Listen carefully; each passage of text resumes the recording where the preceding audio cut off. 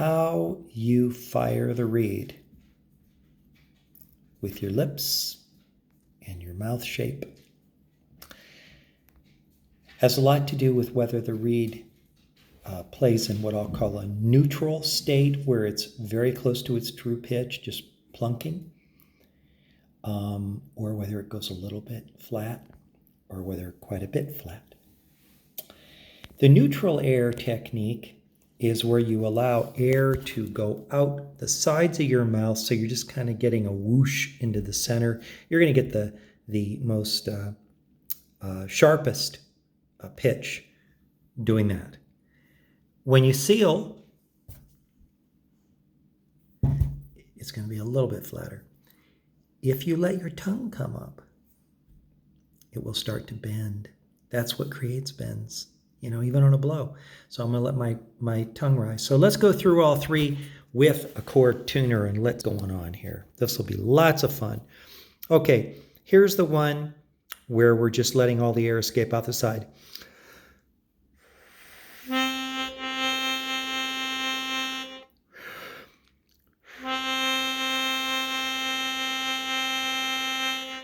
Now, we have the lips around the hole.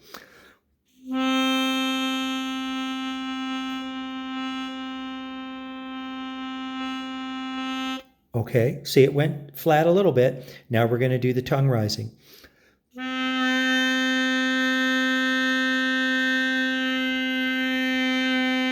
The higher the tongue goes, the more that the pitch goes down. So what I'm telling you is that when you play harmonica, you're constantly in a state of going back and forth from the sharpest that reed can provide you and going flat quite a bit, which is the explanation for why it is that a lot of time people that play chromatic harmonica play flat on notes.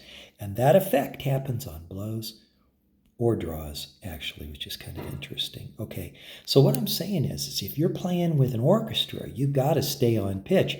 You want to make sure that you're playing neutral a lot of the time. Keep the tongue low. Try to drive from the diaphragm so you have a constant airflow, okay?